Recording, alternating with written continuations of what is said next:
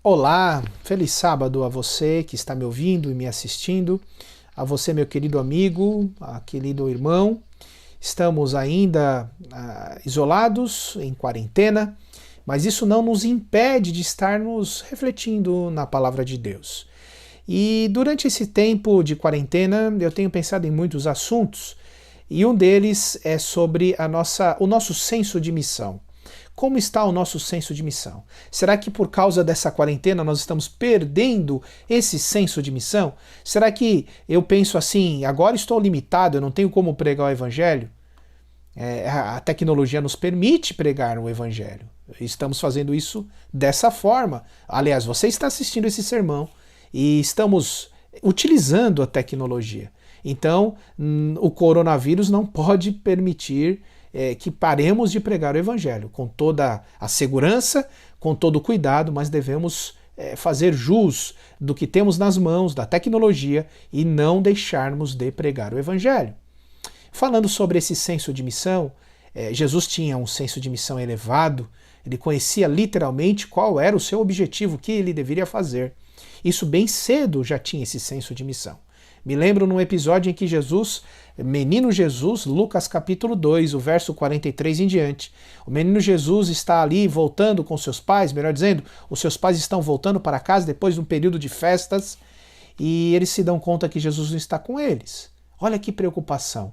Imagina o coração de Maria agora, desesperada, muito preocupada, o coração agora saltando quase que pela boca. Ela entende que Jesus não está com eles estavam já a caminho da casa há um dia e veem que Jesus não está com eles, e entende que Jesus estava em Jerusalém. Aliás, deixaram Jesus em Jerusalém. E os pais de Jesus retornam e o tempo passa e demora quase que 3 dias, praticamente 3 dias para encontrarem Jesus. Jesus, o menino, estava no templo, tranquilamente, conversando e debatendo com os doutores da lei, em alto nível essa conversa. Os pais de Jesus retornam para Jerusalém desesperados. Eu me lembro que uns anos atrás eu estava com a minha esposa e com a minha filha mais velha, na época só tínhamos a Sofia, estávamos no shopping e preocupados, o shopping estava cheio, não queríamos perder a nossa filha, mas infelizmente durante um tempo curto, graças a Deus, não nos perdemos da nossa filha durante 3 dias, como aconteceu com Maria, José e Jesus, mas perdemos a nossa filha por 10 minutos. Isso já foi suficiente para um desespero tomar conta do meu coração e do coração da minha esposa. Não quero que ninguém passe por isso, mas se você já passou por isso, você sabe o que eu estou dizendo.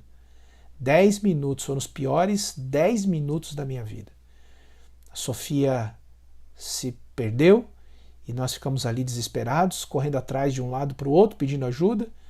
E Deus foi muito bom com a gente. E em 10 minutos encontramos a nossa filha, a nossa querida filha. Aquele abraço apertado, as lágrimas desciam no rosto da minha esposa, a minha voz embargou. E a gente agradeceu a Deus em uma oração, uma prece. Eu fico imaginando o coraçãozinho de Maria, 3 dias procurando Jesus. E agora ela encontra Jesus. Na igreja, Jesus está no templo. Como eu disse, Jesus estava conversando com os doutores da lei. Maria, quando percebe que Jesus está ali, ela também fica assim, um misto de tristeza, agora de alegria, de preocupação e agora de calmaria. E ela também se encanta com o que está acontecendo e vendo Jesus conversando em alto nível. Se você puder ler do verso 43 em diante, de Lucas capítulo 2, você vai enxergar isso. O texto nos diz isso. Mas o que eu quero me atentar e eu quero ressaltar com vocês nesse momento é a noção que Jesus tinha da sua missão desde cedo. Maria vai, como uma mãe preocupada, questionar a atitude do menino Jesus, e ela vai dizer o seguinte no verso 48, filho, por que você nos fez isto? É uma cobrança. É a mãe angustiada dizendo, por que você nos fez isso? E ela vai concluir dizendo, seu pai e eu estávamos aflitos à sua procura. Seu pai e eu estávamos muito preocupados. Claro que ela não disse com essa entonação que eu estou dizendo a vocês. É óbvio que ela estava super preocupada e até chateada e com certeza falou mais brava ainda, mas é isso que ela quis dizer para Jesus. E note agora a resposta de Jesus. Uma calma peculiar a ele. Não encontramos essa calma em nenhum outro adolescente. Mas Jesus, com muita tranquilidade, com muita noção, ele vai responder o que nós lemos no verso 49. Ele vai dizer o seguinte: por que vocês estavam me procurando? Não sabiam que eu devia estar na casa de meu pai? Olha a resposta de Jesus. Essa resposta, ela contém uma noção grandiosa da missão. E ele tinha isso desde cedo. Olha só que interessante. Jesus sabia desde cedo qual era a sua missão. Jesus sabia desde cedo qual era o seu chamado. Ele tinha noção do seu chamado, ele tinha certeza absoluta do seu chamado. Tinha de estar na casa do seu pai. Ou seja, Jesus tinha que cuidar dos interesses do seu pai celestial. A prioridade era cuidar dos interesses do seu pai celestial, dos assuntos do seu pai. Isso transcendia qualquer tipo de situação. Isso transcendia todas as outras coisas na vida de Jesus. Essas outras coisas, como eu disse, coisas vinham depois. O prioritário era cuidar dos interesses de seu pai. O único interesse era cuidar, um dos principais interesses, e o principal era cuidar das coisas importantes do seu Pai Celestial. As demais coisas vinham depois. Os amigos, família, sua profissão, as expectativas dos seus pais terrenos vinham depois. Eu me lembro de uma frase que eu vi há um bom tempo atrás, e essa frase resume mais ou menos o que eu estou dizendo para vocês. A frase diz o seguinte: sua carreira profissional é aquilo pelo qual você é pago. Vou repetir. Sua carreira profissional é aquilo pelo qual você é pago. Seu chamado é aquilo para o qual você foi feito.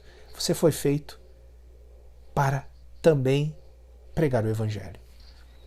Esquecer quem somos ou medir quem somos com a régua errada faz-nos perder não apenas o nosso propósito de vida, mas também a nossa identidade. Isso acontecia corriqueiramente com a nação de Israel. A nação de Israel sempre se esqueceu de quem era, até o ponto de misturar-se com a cultura que a cercava.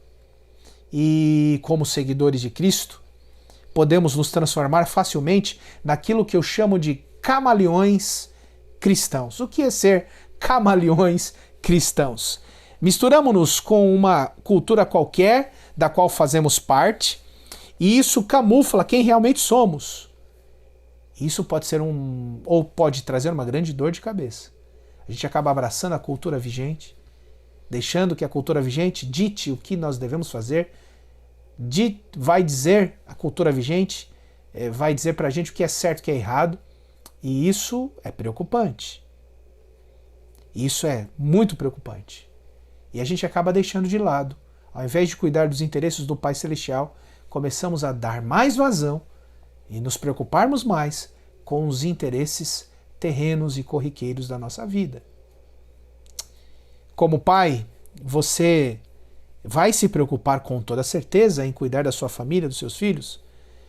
Mãe, você vai entender que a sua função principal é cuidar da sua família. Você vai achar isso.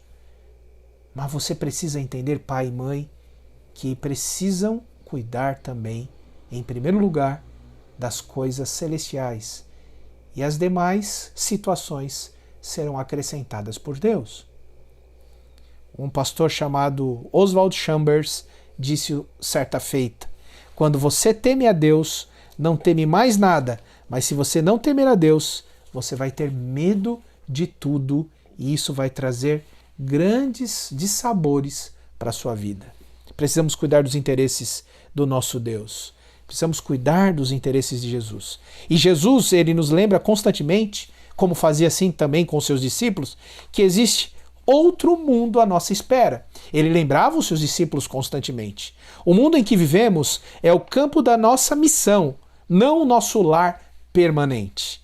Quando os guardas do templo se aproximaram de Jesus para prendê-lo, Pedro puxou uma espada para proteger o mestre desarmado, e ele vai lutar de igual para igual com eles. E Jesus vai dizer o seguinte para Pedro.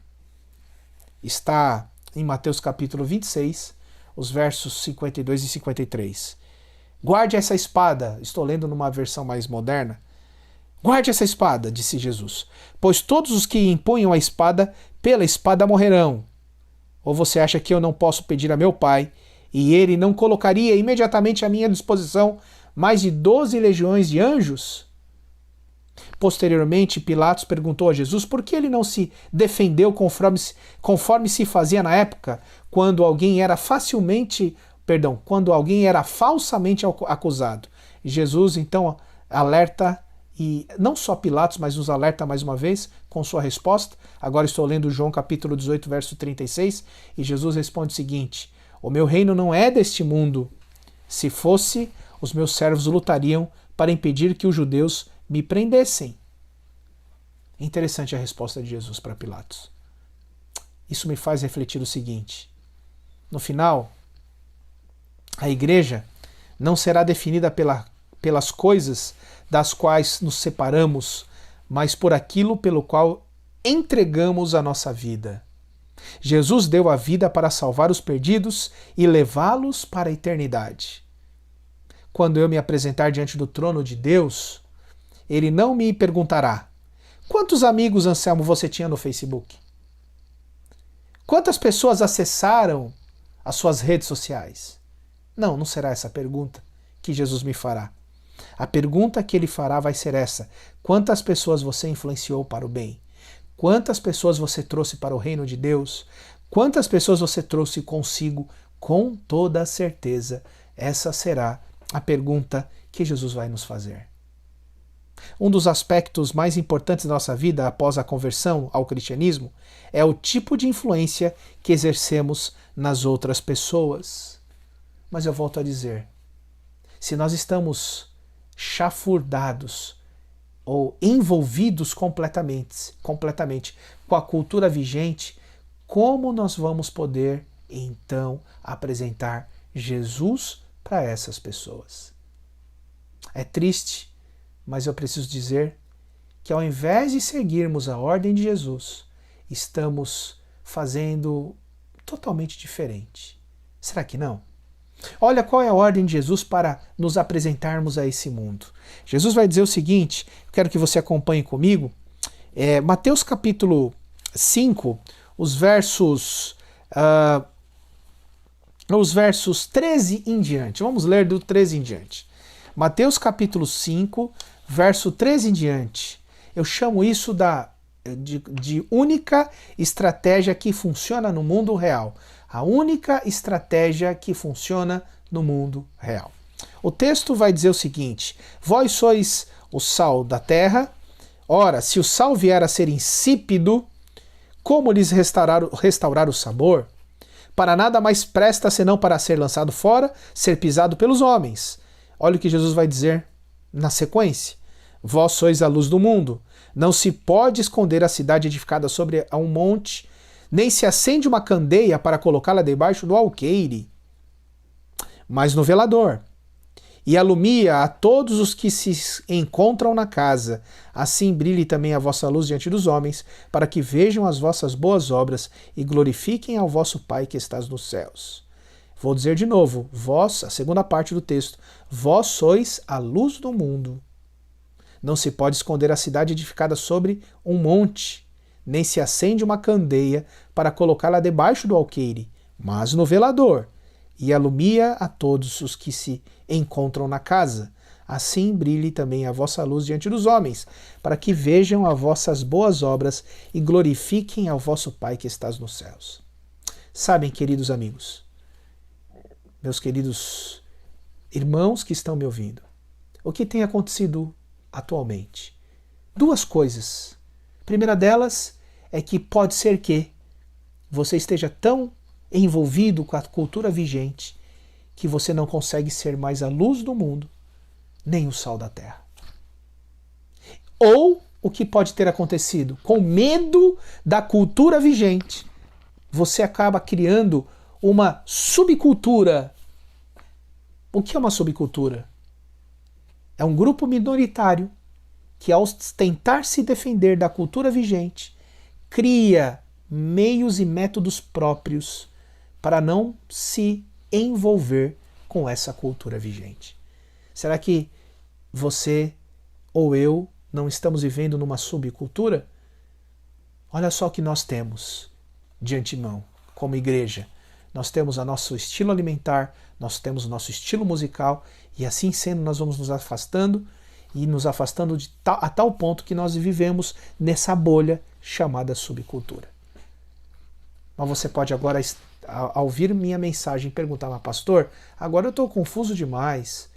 O senhor está dizendo que pode acontecer duas coisas. Ou eu me envolver de uma tal forma com a cultura vigente que eu acabo não sendo a luz do mundo e nem sendo o sal da terra. Ou eu estou vivendo numa bolha que o senhor agora chama de subcultura e eu não estou cumprindo com a ordem de Jesus. E qual é essa ordem que Jesus nos deixa? É de sermos, ou de compactuarmos com a cultura atual, vigente? Não. De acordo com o que lemos em Mateus capítulo 5, os versos 13 a 16, Jesus não está pedindo para que nós compactuemos com a cultura vigente.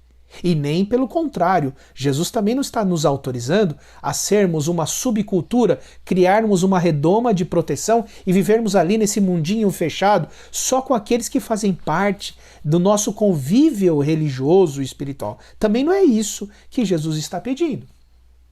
Mas o que Jesus então está dizendo? E agora vem o cerne da mensagem. De acordo com esse texto, que eu chamo da única estratégia que funciona no mundo real, é que Jesus está pedindo para que sejamos uma contracultura. E eu quero discorrer agora nos próximos minutos sobre isso. O que é ser uma contracultura?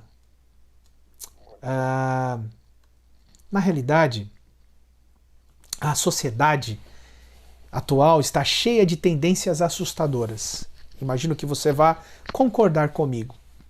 O futuro é inimaginável para uma sociedade sem qualquer padrão moral que possa servir de fundamento para o que é certo e para o que é errado. Já estamos assim vivendo. Em que direção está indo a nossa cultura? É uma pergunta que eu faço. Que tipo de sistema de valores, que tipo de moralidade, que tipo de mundo estamos estabelecendo para a próxima geração?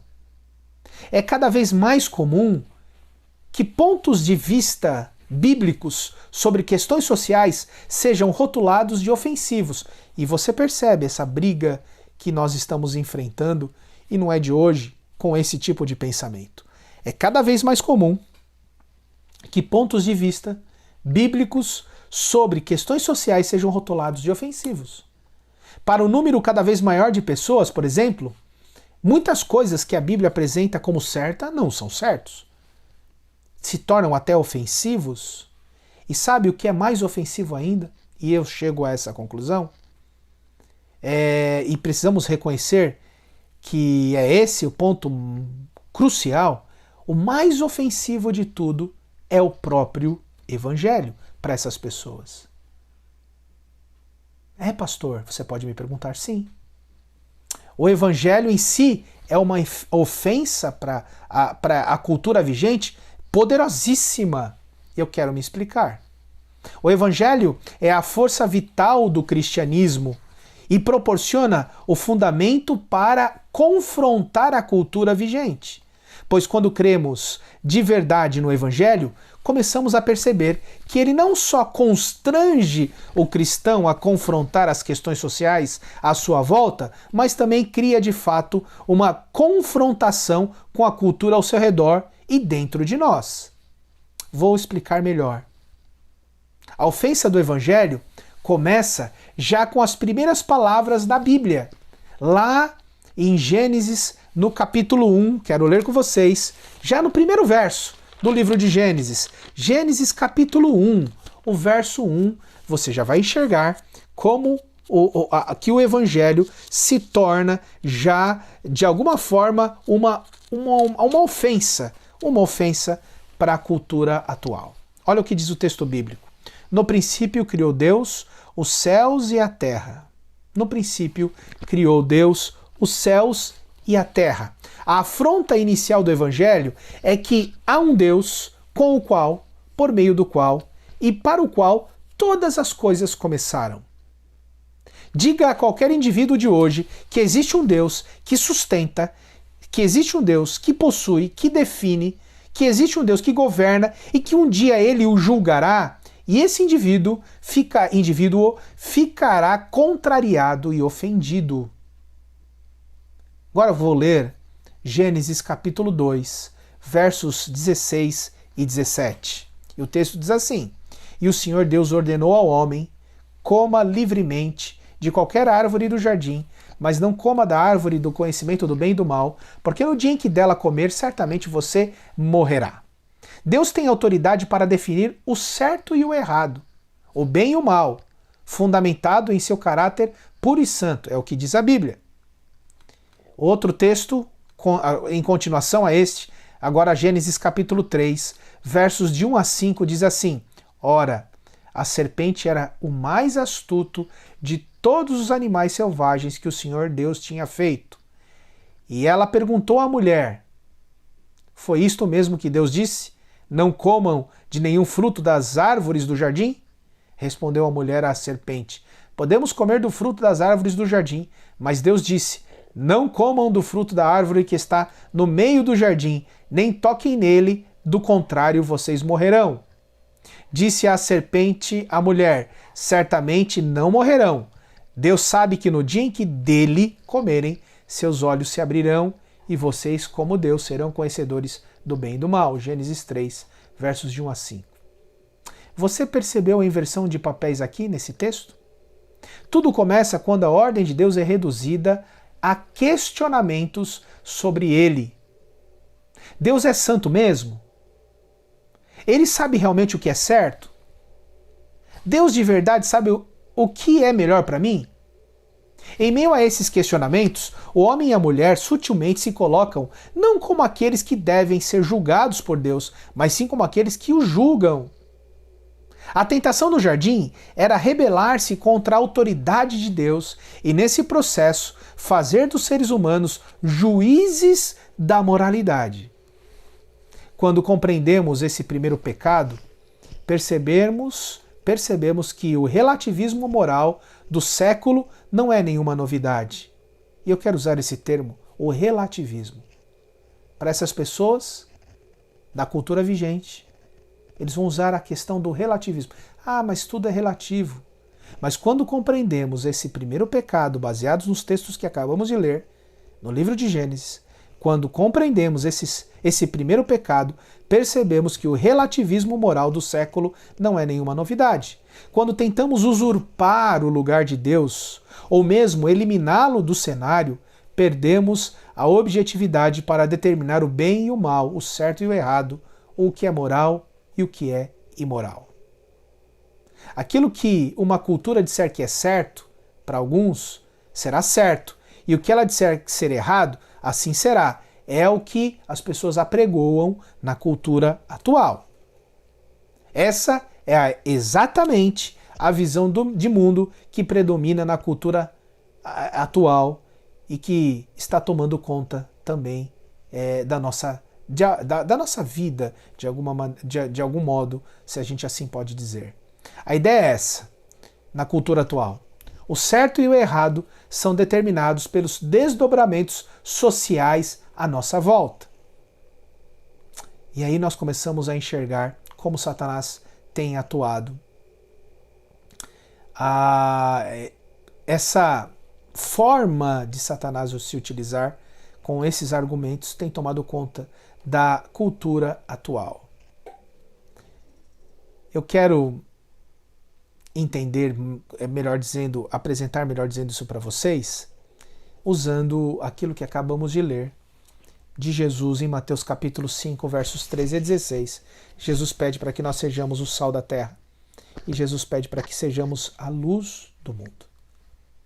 E agora?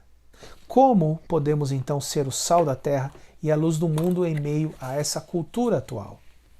Que o relativismo está em alta. Tudo é relativo. E a estratégia de Satanás está inserida nesse meio. Como fazer isso? Como ser relevante? Como pregar o evangelho? A forma correta de você pregar o evangelho é não ser uma subcultura. A forma correta de pregar o evangelho não é mergulhar profundamente nessa cultura. Não é nem ser uma subcultura, nem mergulhar profundamente nessa cultura. E a melhor forma é você ser uma contracultura, combater de forma pacífica e em amor, em misericórdia, aquilo que as pessoas estão pensando ser correto. Você combater em amor e pacificamente, utilizando aquilo que Jesus nos deixou como verdade.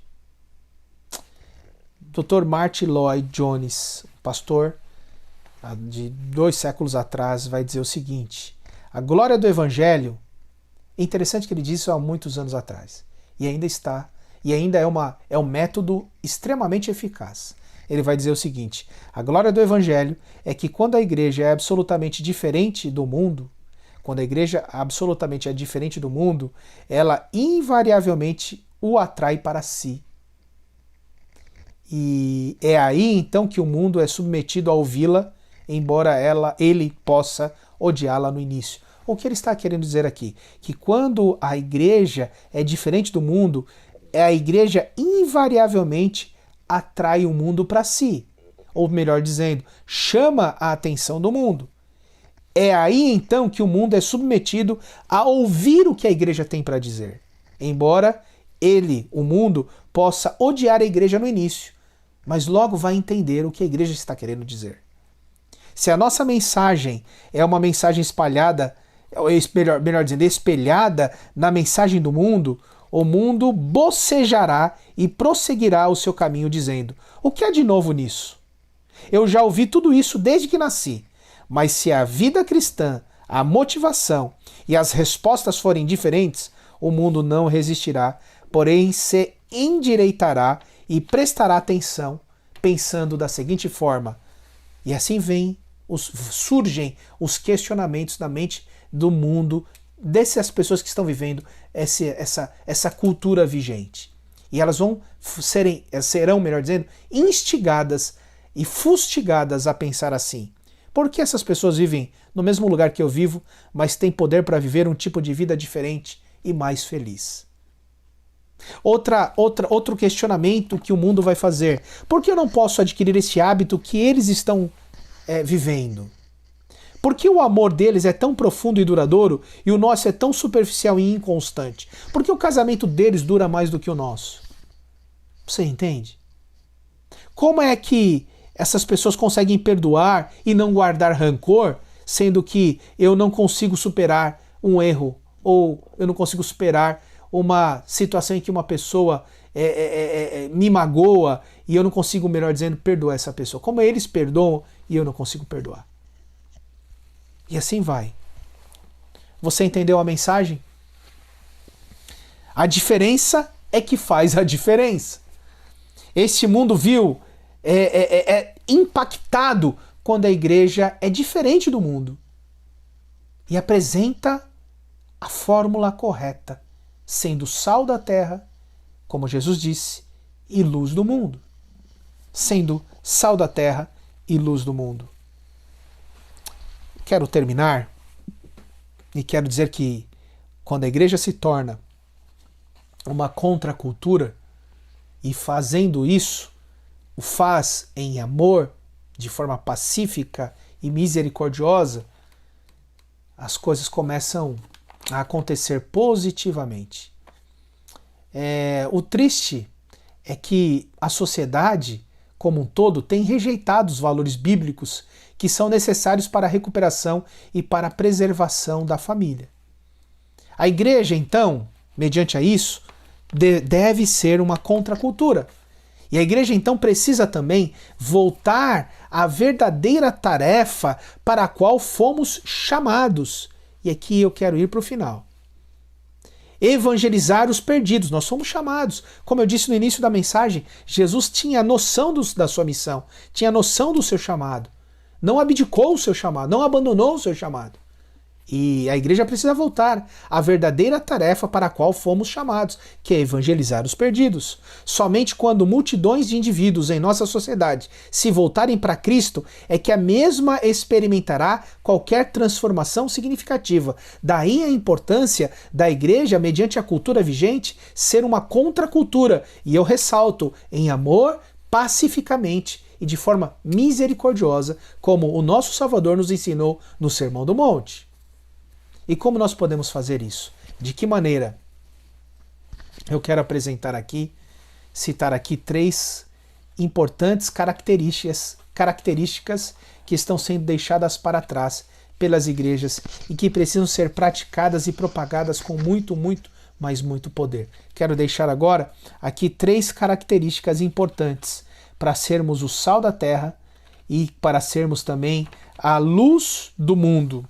Se a gente conseguir encaixar essas 3 características, nós teremos muito sucesso na pregação do Evangelho. A primeira característica, que não pode ser deixada para trás pelas igrejas, e principalmente quando nós voltarmos a abrir as portas da nossa igreja, isso precisa estar sendo plenamente difundido, é a questão, deve ser plenamente propagada, melhor dizendo, é a questão da pregação do Evangelho. Literalmente a pregação da palavra de Deus. Eu coloco aqui como uma característica chamada de absoluta fidelidade na pregação do Evangelho. Absoluta fidelidade na pregação do Evangelho. Quero citar um texto da Bíblia que vai nos mostrar como isso deve ser feito, quando Jesus então apresenta essa fórmula para todos nós. Ele vai dizer a maneira correta na grande comissão. Quando ele vai implementar isso na grande comissão, de uma forma impactante, ele vai mostrar como que o cristão deve fazer essa forma de ser, melhor dizendo, uma contracultura. E Jesus ele vai dizer isso lá em Evangelho de Mateus, no capítulo 28. Você pode acompanhar comigo. Evangelho de Mateus, capítulo 28, os verso 18 em diante. Mateus, capítulo 28, verso 18 em diante. Jesus vai dizer: Jesus, aproximando-se, falou-lhe, dizendo: toda a autoridade me foi dada no céu e na terra. Ide, portanto, fazei discípulos de todas as nações, batizando-os em nome do Pai, do Filho e do Espírito Santo, ensinando-os a guardar todas as coisas que vos tenho ordenado. E eis que estou convosco todos os dias até a consumação dos séculos. Estarei convosco todos os dias até a consumação, do século. Jesus está nos ensinando a ser uma contracultura. Jesus nunca nos pediu que fôssemos uma subcultura e nunca nos permitiu que nos envolvêssemos totalmente com a cultura vigente. Mas ele sim nos ensinou a ser ou melhor dizendo, pediu que fôssemos uma contracultura, sal da terra e luz do mundo. E de que maneira? Discipulando essas pessoas. Em amor, com dedicação, de forma pacífica.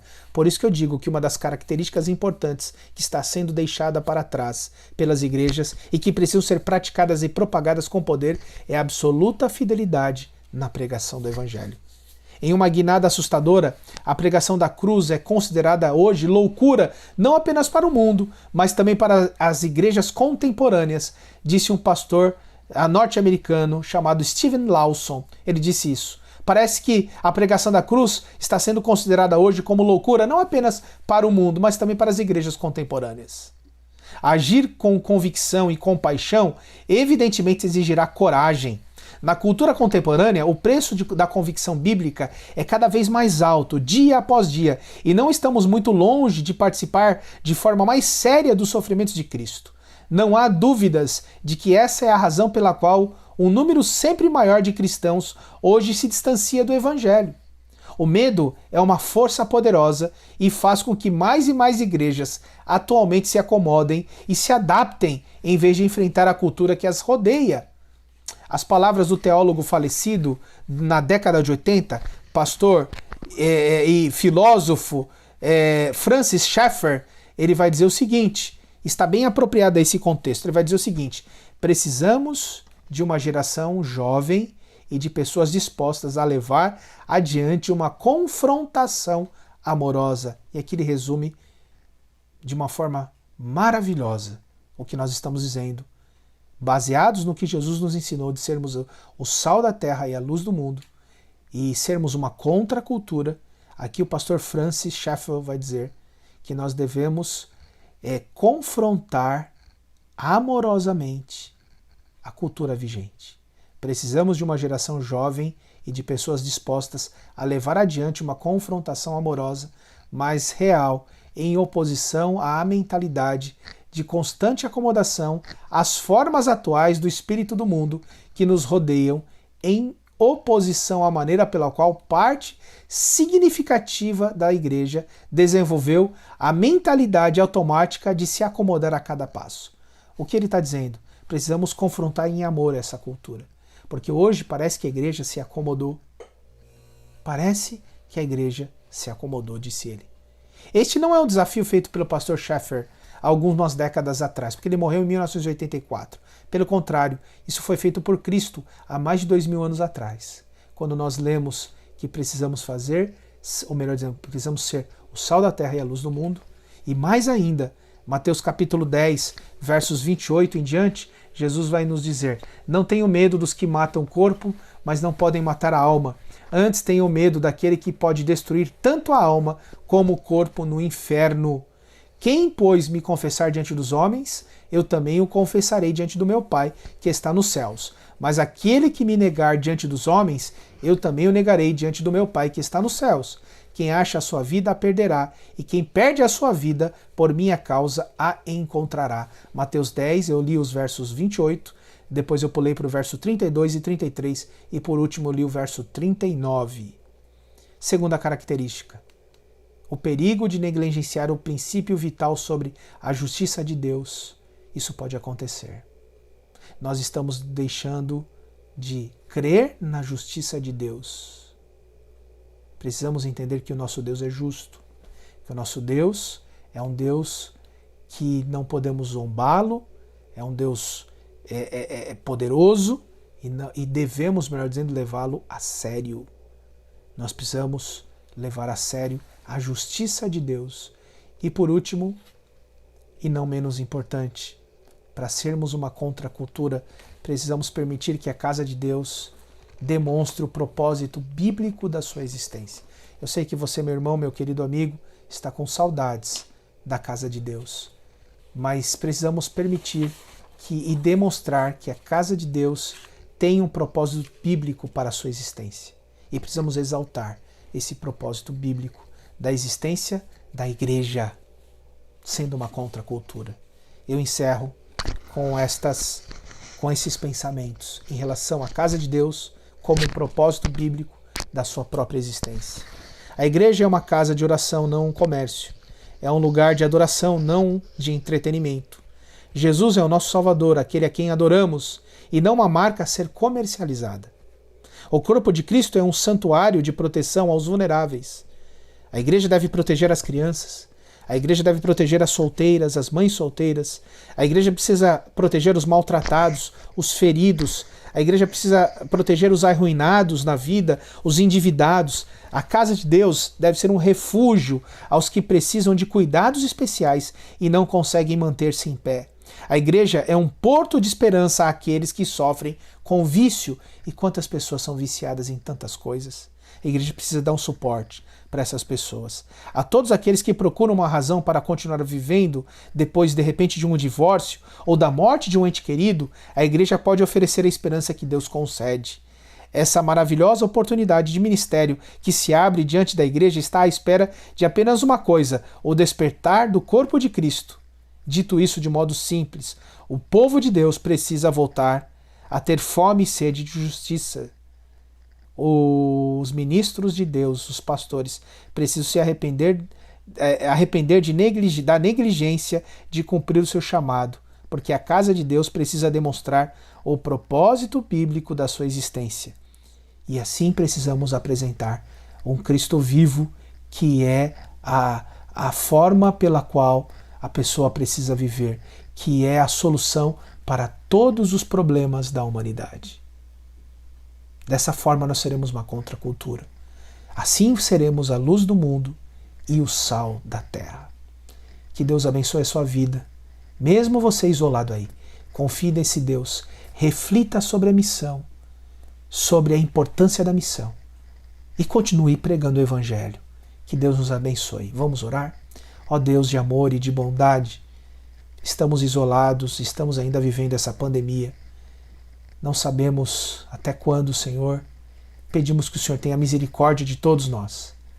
Pedimos que o Senhor abençoe poderosamente essas pessoas que estão enfrentando essa doença ou que já perderam seus entes queridos. Não temos dúvida que o Senhor é o bálsamo. Tem sido o nosso bálsamo, a nossa fortaleza, a nossa rocha. Que o Senhor abençoe, ó Pai, também a nossa igreja, nesse propósito e também nessa proposta de pregarmos o Evangelho eterno.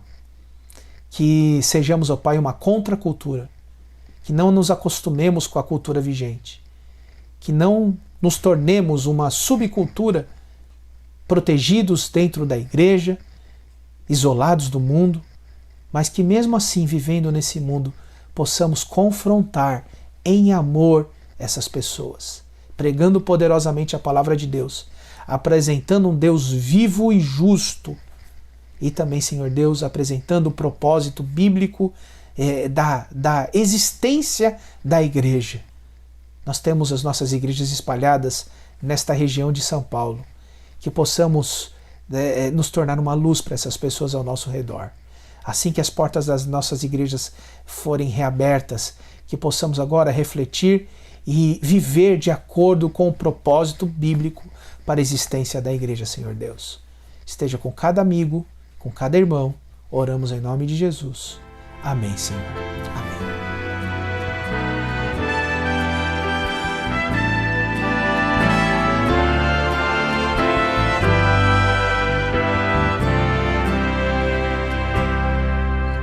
Jesus nos deu esta missão, o seu amor compartilhar. Somente entraremos em ação se o amor de Deus nos motivar. O seu poder nos moverá e assim iremos repartir. O amor de Deus é a verdadeira paz e a doce esperança no sois o sal da terra, vós sois o sal da terra, restaurando o sabor e a alegria de viver. Vós sois o sal da terra. A vida que Jesus viveu, o exemplo que Ele nos deixou, demonstra o real sentido da missão que o Senhor nos confiou. Saber a todos perdoar